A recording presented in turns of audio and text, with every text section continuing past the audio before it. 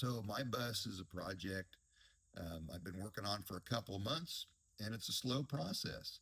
Just like running the government is a slow process. Nothing is going to happen in a hurry. It's like a huge barge out on the ocean or an aircraft carrier that takes miles and miles to make a full circle. It's not a jet ski where you're going back and forth. So so the government is a slow thing to move. And so we've got to have long term vision. And how do we create that long term vision? Well, we build our long term vision by doing something that I've taught in high school called problem solving. And in order to solve a problem, and I will argue that a lot of people really can't do this, even in some of the highest leadership, and I met many in the military. So identifying the problem is more than just saying, I know how to fix it. Here it is. Everybody just do what I'm telling you to do and it'll be fixed. Well, problem solving, step one is identify the problem. And you can't identify the problem unless you do a Socratic method style of questioning to try to come back to what actually started this long chain of events.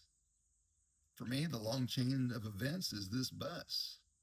So I had this vision, started with, if you watch my video, with an empty bus.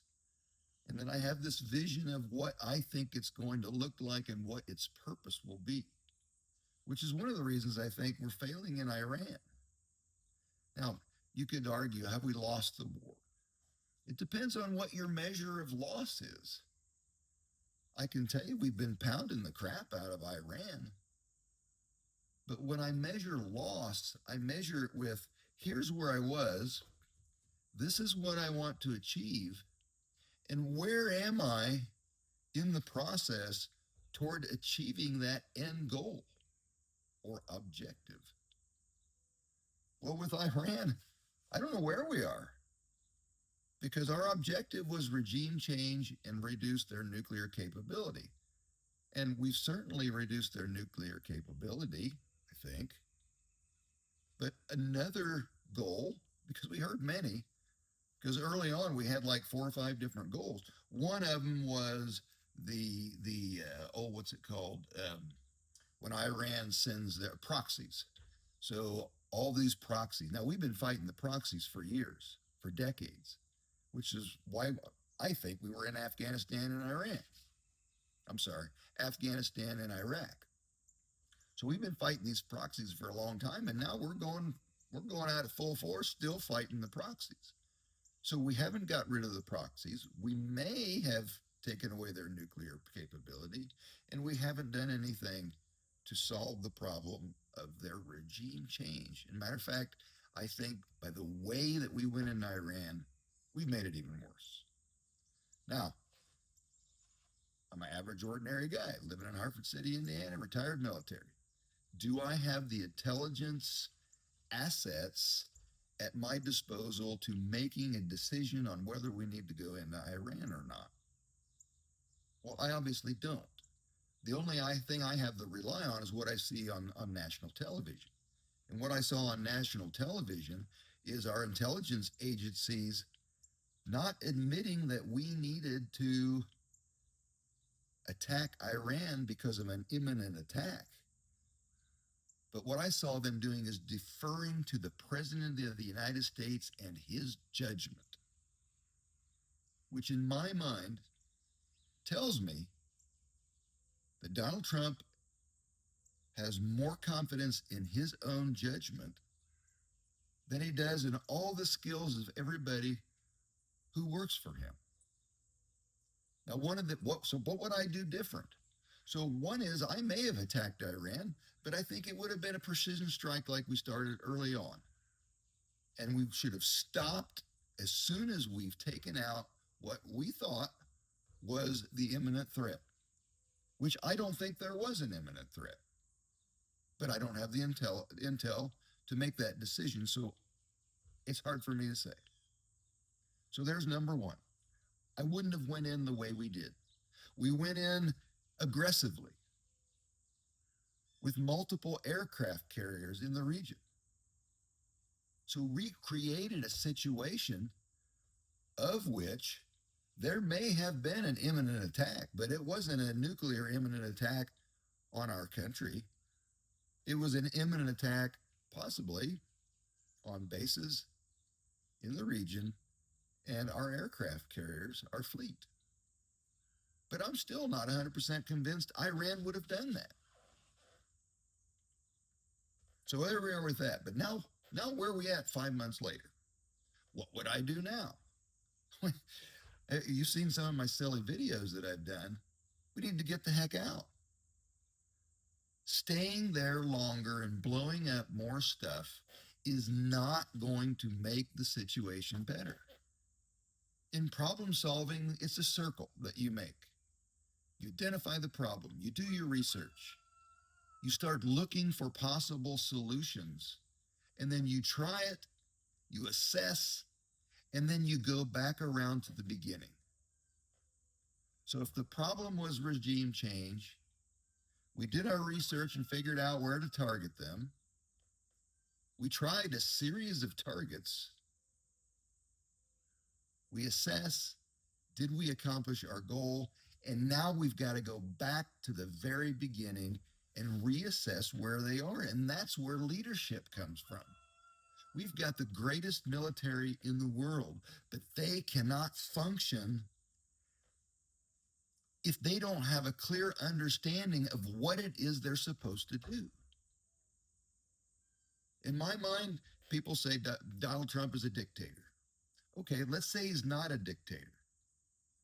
But I will tell you, he's certainly a centralized command. Centralized means he's the focused on everything that happens. Our government is huge. Visualize a spider web. Donald Trump's in the center, not the victim, but he's in charge, of the spokes of a large wheel. He's the center focus and provides direction for all the spokes going out in this wheel. All of those spokes have to have a clear understanding of what end state they want to achieve. And everybody has to be unified in that vision. But we can't create that vision if every time we turn around, there's a tweet coming from Truth Social changing everything our leaders talked about throughout their meeting. And then we get there and now Donald Trump has said something. It's like, okay, now we got to react to that because our president has changed his mind. I could remember as a company commander. As a company commander, my unit took the time. We had a meeting. We would sit down and we would look at what we wanted to achieve in our next weekend drill. So we would make all these plans. We'd come up with these activities. We would build them. And then 2 days before drill or sometime after our meeting, our planning session, our battalion, which is the next hire, would then push out guidance and say, hey, we're not doing what we were doing before. We're going to do this. So the message that sends to leaders is don't plan, because if you plan, conditions are going to change and you're going to have to replan anyway. So you might as well wait to the last minute. And to me, that's the flaw with centralized command. It needs to be decentralized, where we have, say, a staff that serves in the White House, a cabinet of people who are qualified and understand this concept of problem solving and goals and unified command. They understand that and they can run with it, and you put them in charge. But instead, we're centralized. We would rather have, Donald Trump would rather have people who are loyal to him than have the ability to create a vision that can unify those who fall in the ranks below whatever that organization is, whether it be the health secretary, the MAHA, whatever they're calling him, and we got the Department of War Crimes. That is how we achieve things, and that is how I would achieve things. I say this because a friend of mine commented in a personal message and said, "Hey, you talk a lot about what we should have done or didn't do, but what would you do?"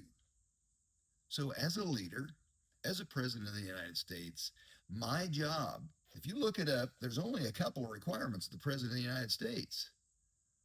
One of them is, I believe, is you have to be 35 or older. You have to be a U.S. citizen, and you have to have lived the last 14 years in the United States before you can run for office. Now, I have all three of those qualifications. I'm good. I can even show you a passport and a birth certificate to prove it. The job of the president is two things, major things: command our military, our defense, and to give an annual State of the Union address. And I can certainly read off a teleprompter.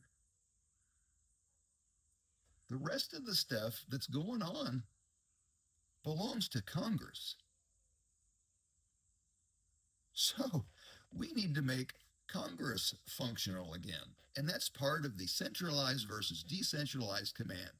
Congress right now is totally dysfunctional because they're waiting on one guy to tell them what to do. They're not thinking, they're not planning, they're not setting goals. At least it doesn't look that way to me.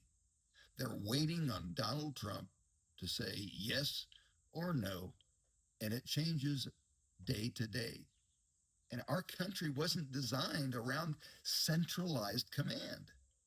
It's a balance of powers between the judicial, executive, and legislative branch. And I would argue the legislative branch is the most powerful branch in our government because they make the laws.